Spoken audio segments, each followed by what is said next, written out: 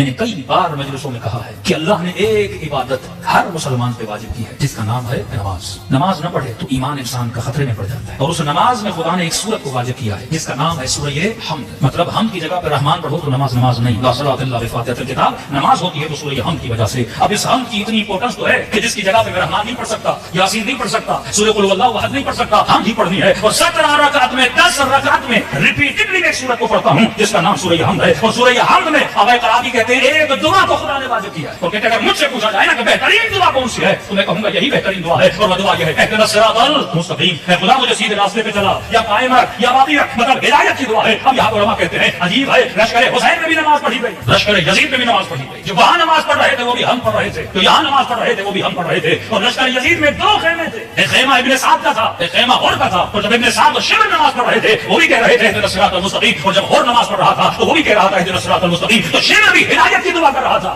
غور بھی ہدایت کی دعا کر رہا تھا، لیکن سوال یہ اٹھتا ہے پروردگارا، شمر نے کہا مجھے ہدایت دے، غور نے کہا مجھے ہدایت دے۔ ایک ہدایت کی دعا مانگنے کے بعد قاتل حسین بنا، دوسرا ہدایت کی دعا مانگنے کے بعد ناصر حسین بنا۔ پروردگارا دعا تو ایک تھی، مانگ تو ایک تھی، لیکن ایک قاتل بنا ایک ناصر بنا تو اللہ کی آواز آئے گی۔ ہاں ہدایت کی دعا دونوں مانگ رہے تھے، لیکن فرق یہ تھا کہ شمر صرف ذکر کر رہا تھا اور ذکر بھی کر رہا تھا، ساتھ میں فکر بھی کر رہا تھا۔